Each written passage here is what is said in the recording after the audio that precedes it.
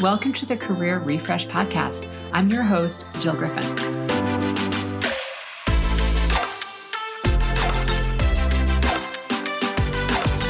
I'm a former media and marketing executive turned career strategist and executive coach. I spent my career working my way up and through the ranks of global organizations and startups, and today I show others how to do the same. Join me each week as we discuss the strategies and actionable steps to leverage your strengths, increase your confidence, and develop your career well-being. Ready? Let's do it.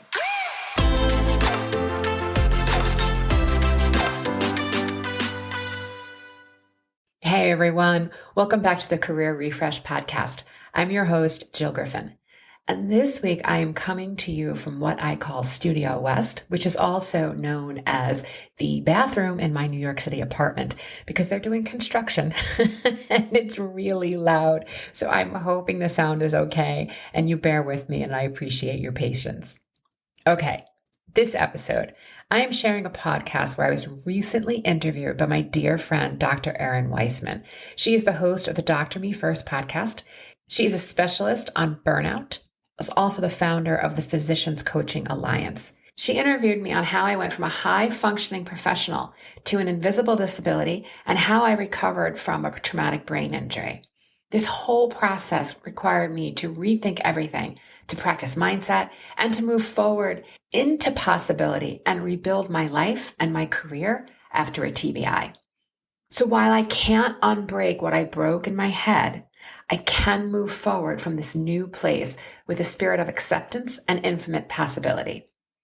I taught myself over the years how to succeed in a professional environment with an invisible disability, and this is a big part of my story and my ultimate success. In the coming weeks, I'll also share more about how to work with invisible disabilities in the workplace, how to be an advocate for yourself, and to practice well-being so that you can achieve the life and career that you want. My journey is a mix of tenacity, mindset, acceptance, and possibility. Let's listen in. Welcome to the podcast, my friend, my fellow masterminder, my professional friend in the coaching space. We were just smushing about it before we got on the podcast, Jill Griffin. Hey, it's great to have you here today. Hey, thanks, Erin. It's really great to be here. Well, tell my audience a little bit about yourself and the magic you're putting into the world. Okay. So as Erin said, my name is Jill Griffin. I am a certified career and Gallup strengths coach. And I really, I got into this work based on my background. I come out of large New York City advertising agencies, marketing, media, startups, and was really working on, some of the world's top brands. And really just as my career started to take off, I was hiking in Australia and I fell down a waterfall. It was a small waterfall, but it was still enough that I did some serious damage.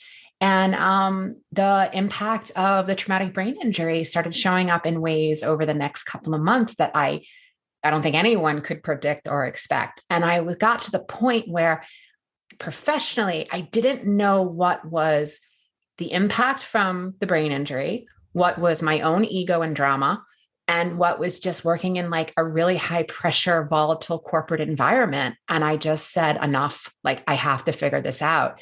So I started studying functional medicine, functional nutrition, and through that work really got into mindset of understanding how the environment can also have such an impact. So cut scene, I brought all that work back into my corporate job, and my team was performing gangbusters, my own performance. We were all getting promoted. Clients were thrilled, and really seeing the impact of taking something like performance-based strength coaching along with mindset, and the marriage of the two, the outcome can be a phenomenal, impactful result.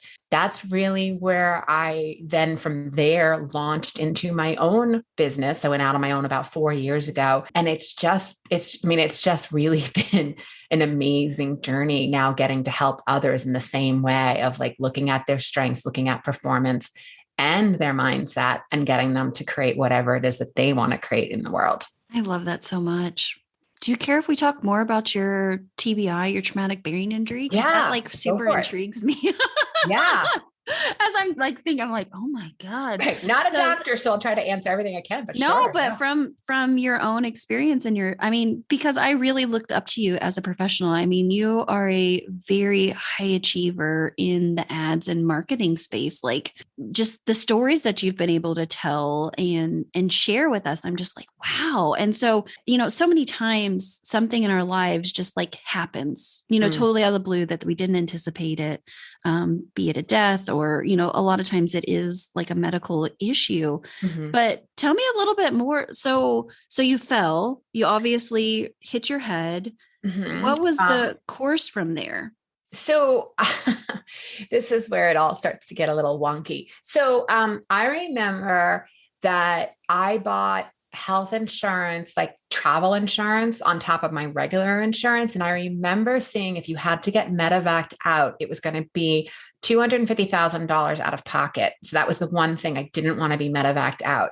And because I was alone, meaning I didn't go over to Australia with a friend. I went and joined a group of people to go on a hike in the outback. I was my only health advocate. There was nobody else to advocate for me. That doesn't mean I wasn't with great people. It means they didn't know my normal behavior. So they didn't know that something was off. Like they wouldn't know. I just met these people a week prior, right? When I fell, we knew instantly that it was a concussion. They did ask me if I wanted to be medevaced out. And I was like, well, I don't have an extra 250 laying around somewhere. So I'm going to say no. And then they just stayed with me in the night. There was like a EMT type person within the camp and they watched me and it was pretty brutal as far as like the dizziness and all of that, but it kind of settled down. I think I was probably working on adrenaline and cortisol and just powering through because I'm in a country that I want to explore. And it was another week or so before I got back out of the outback, back into Sydney, felt fine enough, was definitely feeling off, but was like, again, I can power through, which always has been a theme for me. And then when I got back to the States was probably ultimate like 2 weeks later and then got checked out and they couldn't necessarily find anything. They were just like, oh, it's a post, it's traumatic brain injury from being concussed, having a concussion. That's what happens. And it's going to take some time, but you'll be fine.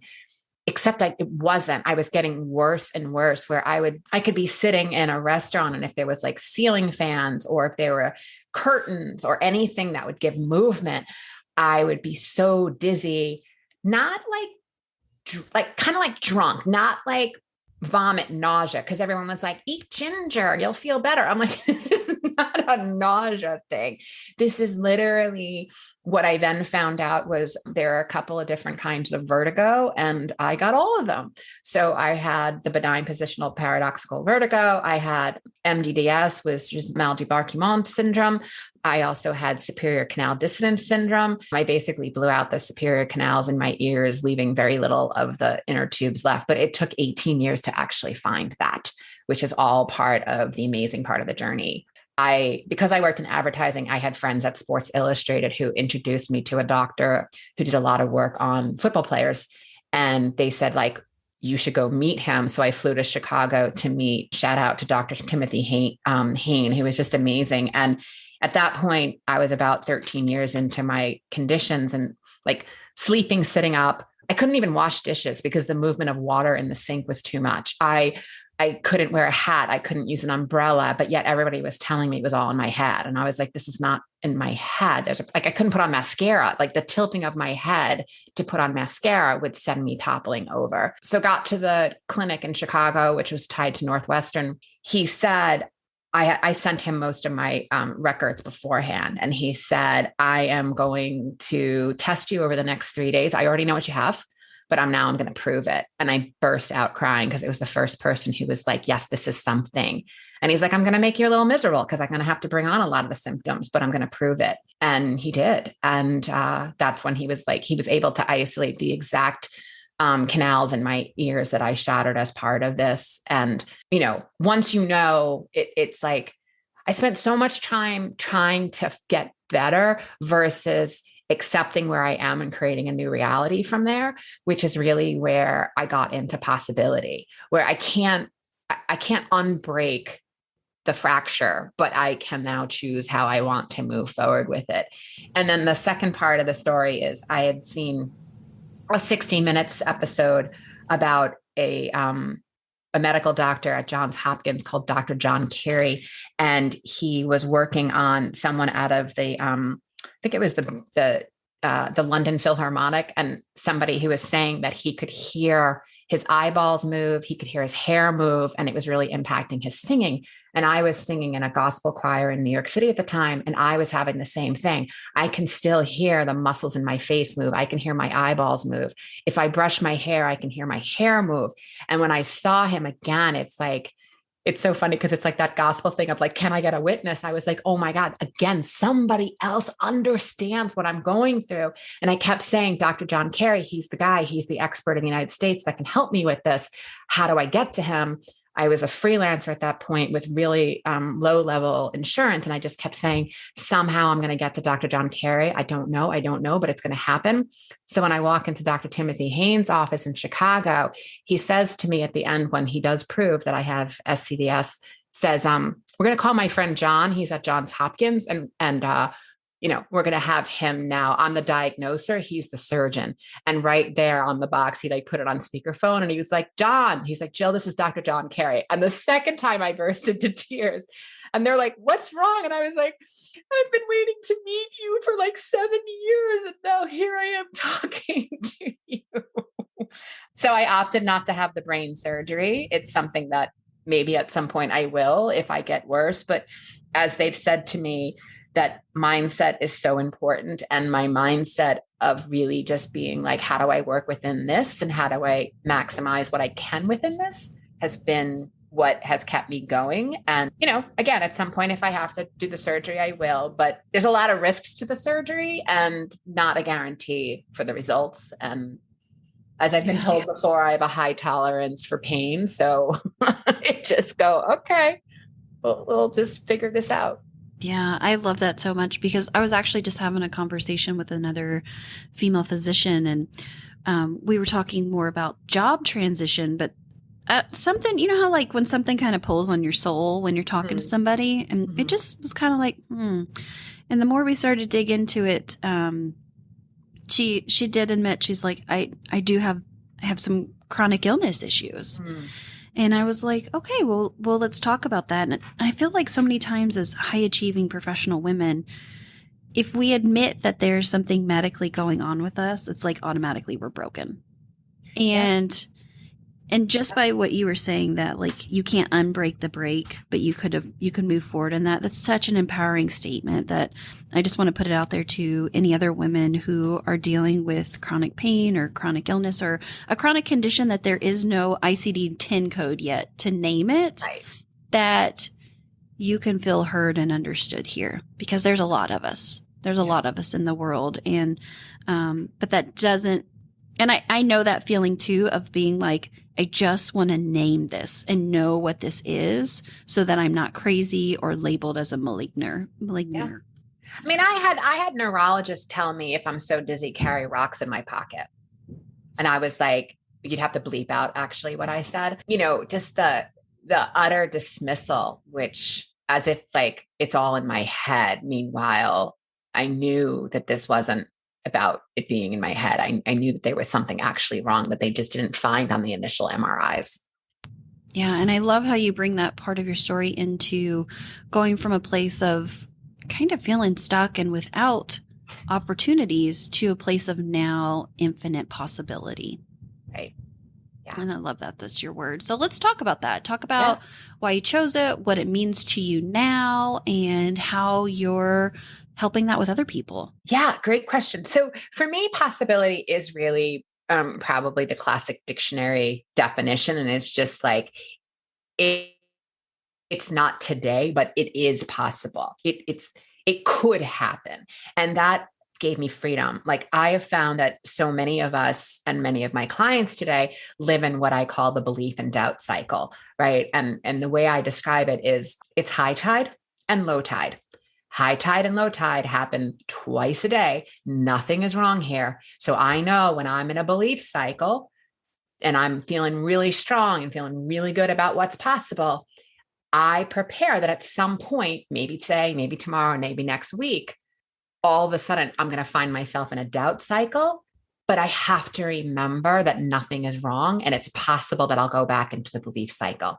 And sure enough, something shifts. I do my thought work. I really look at what I'm thinking. I examine the crummy thoughts that I might be having or the mean thoughts that I might be having about myself, and then bring myself out of the doubt cycle back into possibility, and then eventually into the belief cycle. So just knowing that that happens for me was so freeing, so that when I woke up, the people I work with a lot are what I would call like the anxious achievers. And I would wake up a lot of times in the morning with just almost like a low hum of anxiety, and getting my brain around the place of like, this is just a doubt cycle. It's just anxiety. And it's possible that this can shift, and just reminding myself of that possibility all the time. And then, really what I do is that I call them like blanky thoughts, or like when your brain decides to have a temper tantrum. So when I say, it's possible I'm not going to feel this way, it's possible I can get the job, it's possible that I can step up for that promotion, it's being on that possible train, when my brain decides to be like, wah, wah, wah, and go, but it's not. I then just think about, I'm child free, but I have many children around me, including my niece and nephew. And I just think like, gosh, if my niece or nephew said to me, I want to do this, but it's not possible, how would I respond to them? And I just think about the love that I have for them, and then respond to myself with that same love, so that I'm acknowledging when my brain is having a temper tantrum and is in doubt. But then I'm also saying, but you know what? It is possible. It's possible that that could happen. And then I just work on it, and I just keep working on the belief until it eventually shifts. And then it's always funny, because when I stop having doubts, I know that whatever it is that I'm working for, the only difference is days on the calendar, because I've now examined every doubt that's coming up for me, and I've supported it, and I've heard it out, and I've nurtured it, and I understand how to get back into possibility. And then soon enough, you're back into possibility, and you're in your achievement. And that's what I work with clients on doing, is really exposing their own belief and doubt cycles. Nothing has gone wrong here. And how do you work in it? How do you still show up when you're in a doubt cycle? I love that. I talk to people all the time about, the feelings in our body, and, anxiety for me likes to hang around my throat with a chokehold. Oh, mine too. Yeah. And just reminding myself, like, nothing has gone wrong here. Hello, darkness, my old friend. Like, yeah, that's what I see say you. too. I see you. And like, oh, you're just back. It's just anxiety. Yep. Like that. And I love that too, because I don't know where we got in our heads that like this journey is super linear, but it's not. It is, it is multi-directional. It loops back on itself. It is cyclical. And just to give ourselves the grace, I love the analogy of tides. I am definitely, I'm a Scorpio, so I'm a water, I'm a water element 100%. And just to remind ourselves, like with every high tide follows a low tide. Mm-hmm. And nothing's wrong. Both can serve, right?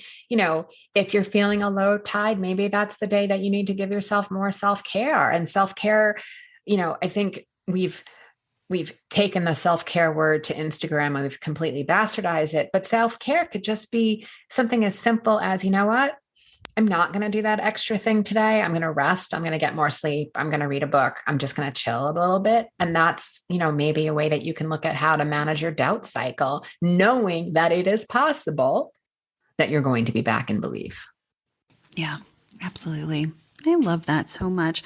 Well, talk a little bit about if people are interested into knowing more about this work. I think so many people can resonate with being an anxious achiever, having that low hum of anxiety in the background. Where are the places they should check out? You can find me at Jill Griffin Coaching. You can also follow me on Instagram at Jill Griffin Official. I do have a podcast called The Career Refresh, in which I tackle a lot of this. And that's a great place to get some content and information if you're interested. And then, I do work with clients one-on-one. I also have a group program called Amplify Your Strengths. And that's really looking at how do you take your strengths, your skills, your values, and your beliefs, and putting that together to create whatever it is that you want and your career identity. The beauty of that work, it doesn't matter if you're an employee, an entrepreneur, I have elected politicians, I have doctors, I have startup executives. I mean, I have across the board of people who I work with. But when you're really clear in the additive of strengths, values, skills, and your beliefs, when you come out the other side, it ends up giving you words and language to help you articulate your individual magic. And, whether you're using it for copy on your LinkedIn profile, your resume, your own website, it's really getting clear in that identity work so that you can show up the way you want to show up with. So yeah, those would be the places and the kind of work that I'm specifically doing right now that I'm just loving. I'm just loving getting to do the work. And this work is a ministry for me. So the fact that I get to work with people to help them achieve what they want in their career, it's pretty awesome. Okay, my friends, I hope this episode was helpful for you in whatever you are working through. I will continue to share how I work with strengths, values, skills, beliefs, so that you can increase confidence and visibility and build your career identity. If you're interested in learning more about my upcoming Amplify Your Strengths group coaching program, I'll put that link in the show notes. And as always, thank you for listening, and I'll see you next time. Hey, thanks for listening to the Career Refresh podcast. If you're enjoying this and you want more information, go to my website, jillgriffincoaching.com. There you can find information on how to work with me one-on-one or my group programs, or even bring me into your workplace. I'll put the link to my website in the show notes. But hey, listen, before you go, do me a favor, rate and review this podcast because it definitely helps me get the word out to people everywhere so that they can also thrive in the workplace. All right, friends, I appreciate you. I'll see you soon.